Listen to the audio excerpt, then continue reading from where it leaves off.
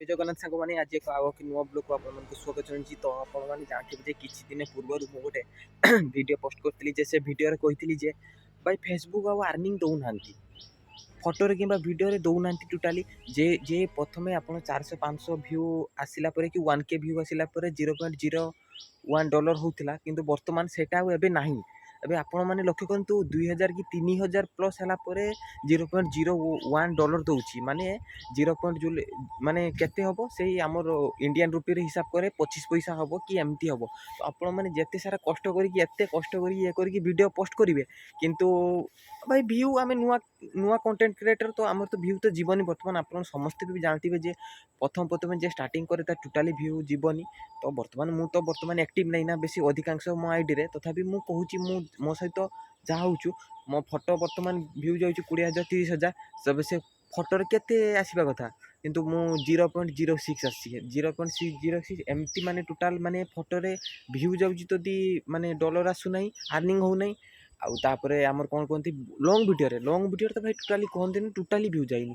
ବର୍ତ୍ତମାନ କିଛି ଦିନ ପୂର୍ବରୁ ଯେମିତି ଭ୍ୟୁ ଯାଇଥିଲା, ଆଉ ବର୍ତ୍ତମାନ ଏବେ କିଛି ଟୋଟାଲି ଭ୍ୟୁ ଯାଇନି। ଆଉ ଏବେ ଯେମାନେ ଯେ ନ୍ୟୁ କ୍ରିଏଟର ସବୁ ଯେ ନୂଆ ଆଇଡ଼ି ସବୁ ଓପନ୍ କରିଛନ୍ତି, 1000 ଭିତରେ ଯେମାନଙ୍କର ଯେ ଫଲୋଅର୍ସ କିମ୍ବା ଇଏ, ସେମାନଙ୍କ ବର୍ତ୍ତମାନ ସର୍ଟରେ ଦେଖ ଭଲ କି ମାଇଣ୍ଡ କରିବେ, ସର୍ଟ ଭିଡ଼ିଓରେ ବହୁତ ଜୋର ଭ୍ୟୁ ଯାଉଛି ହେଲା।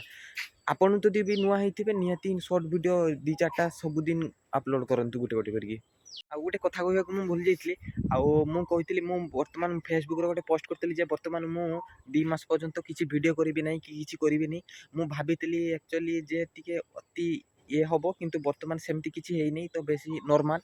ତ ବର୍ତ୍ତମାନ କିଛି ନାହିଁ, ଏଇ 15-20 ଦିନ ଭିତରେ ଆମ ଭିଡ଼ିଓ ମାନେ କମେଡ଼ି ଭିଡ଼ିଓ ଆସିବା ଷ୍ଟାର୍ଟ ହେଇଯିବ କିଛି ଚେଞ୍ଜିଂ ସହିତ। ତ ଆପଣ ଚାହୁଁଛନ୍ତି ଯଦି ଆମ ଗାଁ ଆଖପାଖ ପିଲା ଯିଏ ମୋ ସହିତ ମିଶିକି ଭିଡ଼ିଓ କରିବାକୁ ଚାହୁଁଛନ୍ତି, ସେମାନେ ଟିକେ ଭାଇ ନିହାତି ଏ ଭିଡ଼ିଓ ଟିକେ କମେଣ୍ଟ ଦେବେ। ମାନେ ମୁଁ ଏ ଭିଡ଼ିଓଟା ଟୋଟାଲି ୟୁଟ୍ୟୁବରେ ପୋଷ୍ଟ ହେବ, ସେମିତି କିଛି ନାହିଁ, ଫେସବୁକ୍ରେ ପୋଷ୍ଟ ହେବ। ଯଦି ଆପଣମାନେ କେହି ଯଦି ଇଣ୍ଟରେଷ୍ଟିଂ ଅଛନ୍ତି ଭିଡ଼ିଓ କରିବା କି ସୋସିଆଲ୍ ମିଡ଼ିଆରେ କେହି ସାଙ୍ଗସାଥି ପରିଚୟ ହେବାର ଅଛନ୍ତି, ଆପଣ ସୋସିଆଲ୍ ମିଡ଼ିଆରେ ଯଦି କିଛି କରିକି ଦେଖେଇବାର ଅଛି, ତ ଆପଣମାନେ ଏ ଭିଡ଼ିଓଟିରେ କମେଣ୍ଟ ଦେବେ। ଆଉ କମେଣ୍ଟ ସେକ୍ସନ୍ରେ ଆସିକି ତାପରେ ମୁଁ ଆପଣଙ୍କୁ ମେସେଜ୍ କରିବି କ'ଣ କରିବି। ତ ଆମେ ଭିଡ଼ିଓ ବହୁତ ଯଥାଶୀଘ୍ର ଷ୍ଟାର୍ଟ କରିବା। ତ ବର୍ତ୍ତମାନ ଭାଇ ଏମିତି ପରିସ୍ଥିତି ହେଇଛି, ମୁଁ ଭିଡ଼ିଓ କରୁନାହିଁ ବୋଲି ମୋ ଯେ ମାନେ ଭିଡ଼ିଓ କରିବା ମାଇକ୍ ଇଏ ଏରିକା ସବୁ ମାନେ ସାଙ୍ଗସାଥିକି ଦେଇଛି। ଭାଇ ମୁଁ ବସ୍ତି ଅଛି ନା, ମୁଁ ଘରେ ଅଛି ନା, ମୁଁ କିଛି କରିପାରୁନି।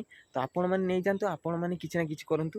ତ ଯାହା ବି ହେଉ ବର୍ତ୍ତମାନ ଆମର 10ରୁ 15 ଦିନ, 15 ଦିନ ବି ନୁହେଁ, 10 ଦିନ ବି ନୁହେଁ, ମୋତେ ଲାଗୁଛି ଏଇ 5-7-8 ସେ 10 ଦିନ ଧରନ୍ତୁ, ସେ 10 ଦିନ ଭିତରେ ଆମର ଭିଡ଼ିଓ ଆସିବା ଷ୍ଟାର୍ଟ ହେଇଯିବ।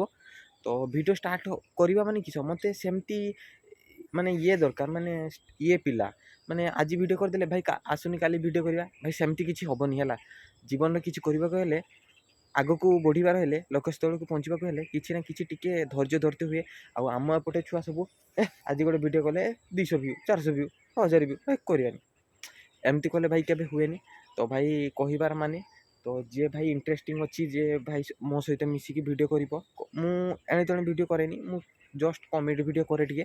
ଆଉ ହয়তো ବର୍ତ୍ତମାନ ତ ରିଲ୍ କରୁଥିଲି କି ସବୁ ରିଲ୍ ବି କରୁଥାଏ ଆଗରୁ। ତ ବର୍ତ୍ତମାନ ଏ 2-4 ମିନିଟ୍ର ହয়তো କମେଡ଼ି ଭିଡ଼ିଓ ମାନେ ଲଙ୍ଗ୍ ଭିଡ଼ିଓ ହେଇପାରେ।